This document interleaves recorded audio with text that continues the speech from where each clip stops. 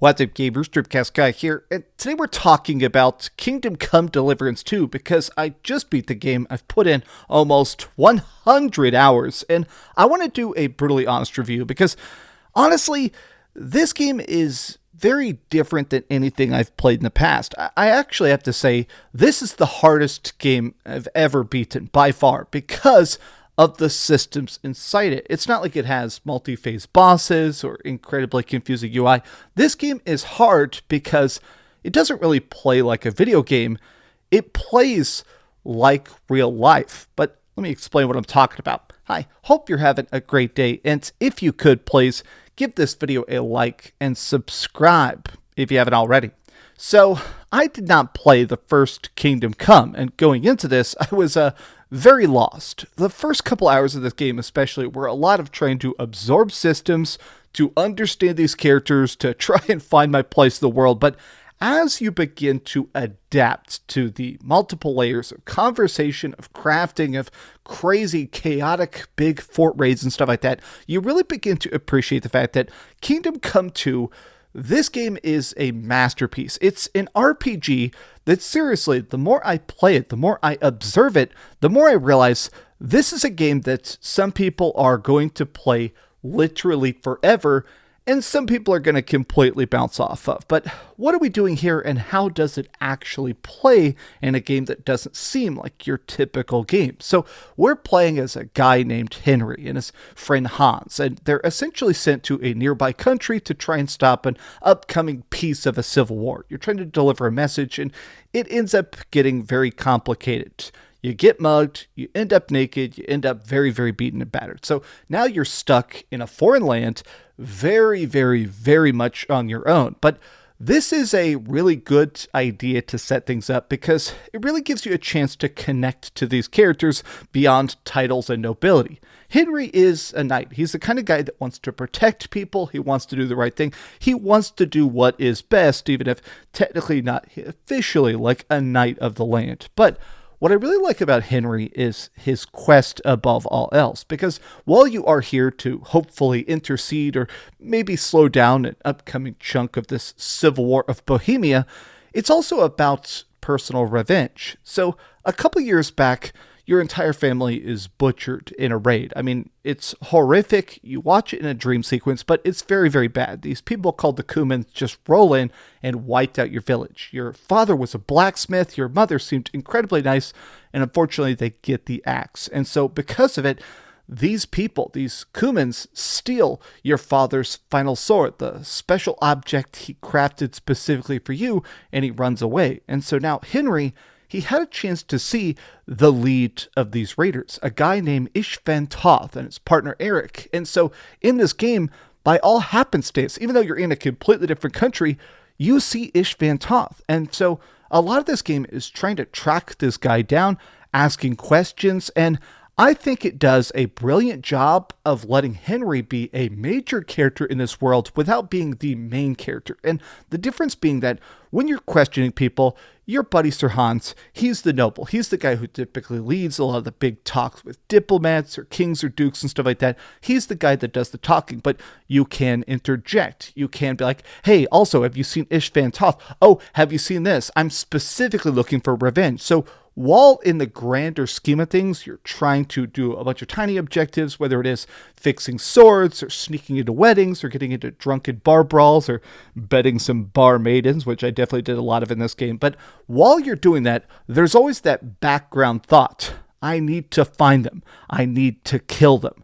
And I have to say, this game's writing is one of the most brilliant explorations of revenge I've ever seen in my life. I mean, if this is based on historical documents, I think this game is based on actual historical people. It is wild how much the tone is so effective. There were a lot of people with Ishvan Toth, and so Henry is not just making a blood feud with a particular person, he wants to hunt them all down. He wants to kill them one by one, and as you slowly achieve this in the game, there are some really interesting cutscenes, more dreams where you talk to like a dream facsimile of your father where he tells you, is this what you want? Are you just here to kill? And I feel like it's done so well. One of my favorite books of all time is Best Served Cold by Joe Abercrombie, and essentially this assassin lady gets betrayed by the king. She was like one of the main swordsmen. She gets taken out, and so she decides to kill every single person in the king's inner circle. The master of coin, the master of spies, the king of whispers.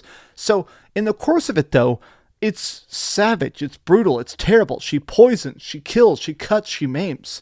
And she begins to kind of doubt her own mission. And Henry walks a very similar path, seeing him kind of reflect on his own carnage, the cost of his own vengeance.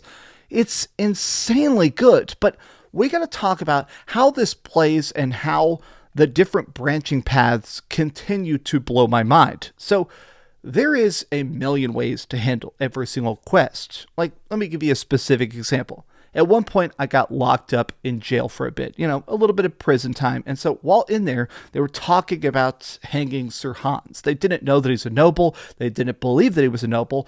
One of the lead guards knows that Sir Hans is Sir Hans, but unfortunately, he's got a terrible fever they don't think he's going to live. So in order to escape, you're either trying to go full stealth and steal keys, you can get a job with the people building the Hangman's Noose to purposely do a bad job so the platform collapses. You can bribe a nearby priest who turns out maybe isn't a priest. I did that option for a while, where it seems like he's a gambling addicted dude who maybe stole a priest's robe and is now just going with the flow. You can make friends with a ex-thief who now works in the stable, and he'll help you pick the lock to get a fever-breaking tonic from the tower to give to the guards.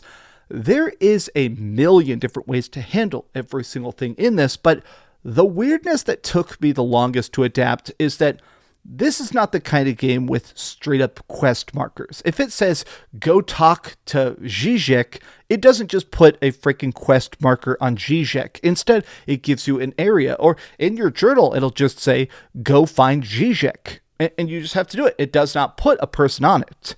I think a good example of how this game plays is at one point I was at a wedding. I'm in this courtyard, it's pretty nice, and this girl's like, oh, get me some wine and I'll let you dance with me. So I'm like, okay, this girl definitely wants to spooch on me. I'm open-minded to that, so let me find some wine.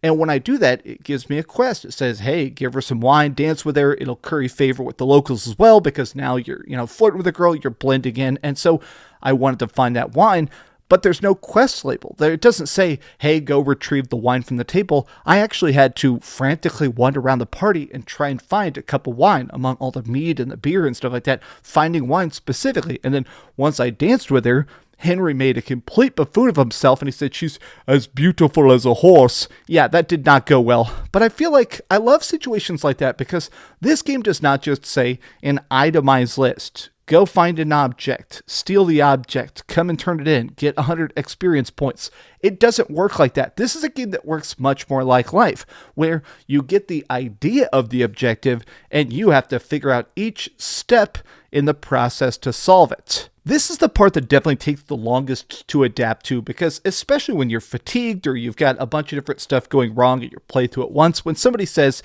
hey, go find a monk. He's got a busted sword and I want to reforge it. That's what I did at one point. At one point I was starving, my gear was busted, I was very, very confused, and I was very, very broke. And a local blacksmith said, hey, there's a hermit hiding in the woods who has a cursed sword. If you find it, apparently the devil gave it to him. We could reforge it and use it to curry favor with local lords, right? So I ended up doing that quest, but it doesn't just say, go get the sword. It says, the sword is beneath a birch tree at the edge of the meadow.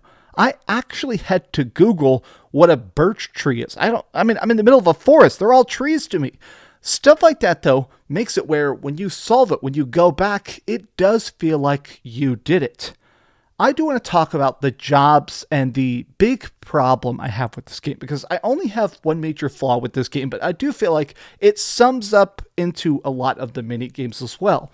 And my problem with this is what I like to call the hunger loop. Now, it's not specifically hunger, but it is hunger as well, which is the fact that when you're playing this game, while you're trying to do stuff, Henry is a human. He needs sleep, he needs food, and he needs to keep himself from bleeding to death. So because of it, there are tons of different meters. Exhaustion, your spirit, your ability to digest food. You can overeat, you can get food poisoning, you can get sleep deprivation.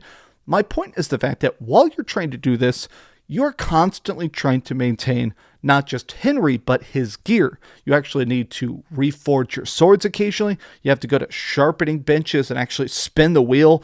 And each of these are different mini games.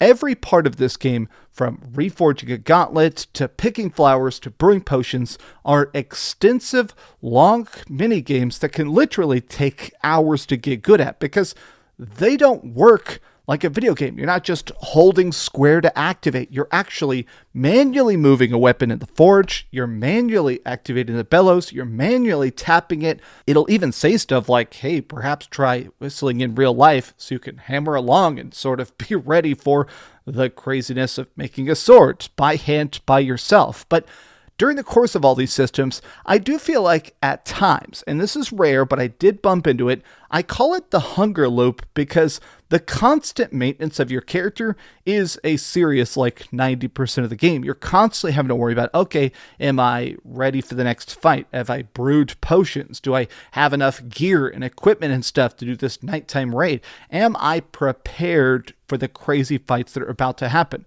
And that doesn't even get into the fact that, yeah, the combat in this game is an actual simulator. You choose sides, you attack people. Your character actively grows by using swords. You get better at swords. You figure out different ways to deflect, to grab a blade, to do a takedown, to do a combo. And so feeling Henry learn, getting better at these skills, it is wild how deep every part of this is. It just literally even riding your horse, figuring out the proper way to soothe your horse, to not hit it too hard with spurs so you don't get bucked off. When you stop in towns, you actually have to put your horse in a specific spot or it'll get bored and wander off. This game is just, it's impossibly deep. And I do feel like that's the only downside to it, is that hunger loop, is the times where I'm ready for the next mission, where I'm so curious about the next big plot point, and then I have to go find food. I have to make sure I'm not eating stuff that's bad. Then I have to make sure my weapon, my gear, I'm not bloody, I'm not bleeding, I'm not ready for anything bad. I'm set to go to the next big quest. At times, I did feel irked when I was really, really gung-ho to rush to that next big cool part, and then I had to spend, 30 minutes or an hour of real-life time going back, doing a nap, fixing stuff. I do kind of wish at times that for certain missions, it would slow down your digestion or, I don't know, make it so you are more ready to go to that next big fight. This game is ridiculous. It is just so grand. After 100 hours of sneaking, of stealing, of going through talent trees to properly find every single possible activation to make it where now sharpening my weapons makes them more valuable and they do more damage. If I don't have anything in my offhand, my main hand enables me to deal more damage and recover stamina quicker. The stat tree is not normal stuff. It's not typical talent points. Everything is a hyper-specific, very, very quirky on usability. And I like the fact that once your Henry starts to come together, every single playthrough is ending up very, very different than any other person in the world.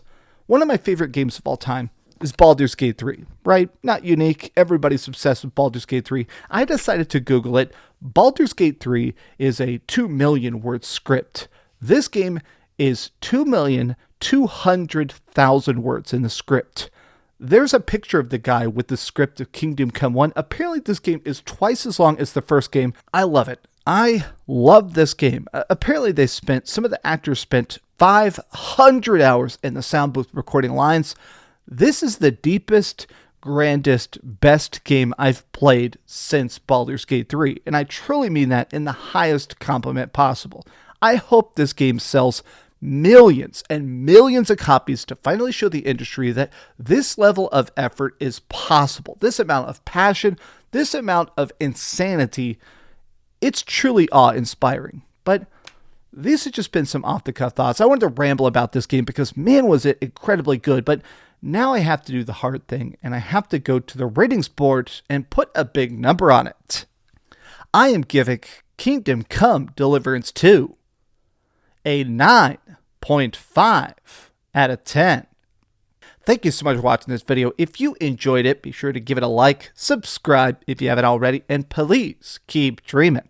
So I'm fully editing this before I do my surgery on the 30th. So if for some reason I died in surgery, and if you're seeing this after I'm gone, I just want to say I appreciate the fact that, honestly, 10 years of doing reviews has been such a good time. And I don't know, this playing a really good game for work, it's when I begin to appreciate this the most. I feel like I would not have played this game. I would not have sat down and really forced myself to absorb this and understand it if it wasn't a work thing. But I'm glad that I got to play this game and understand what it's going for, because art like this, it needs to be celebrated, and I'm glad I get to be here blasting the klaxons in its honor. But I love you guys very much, so please have a good day and keep dreaming.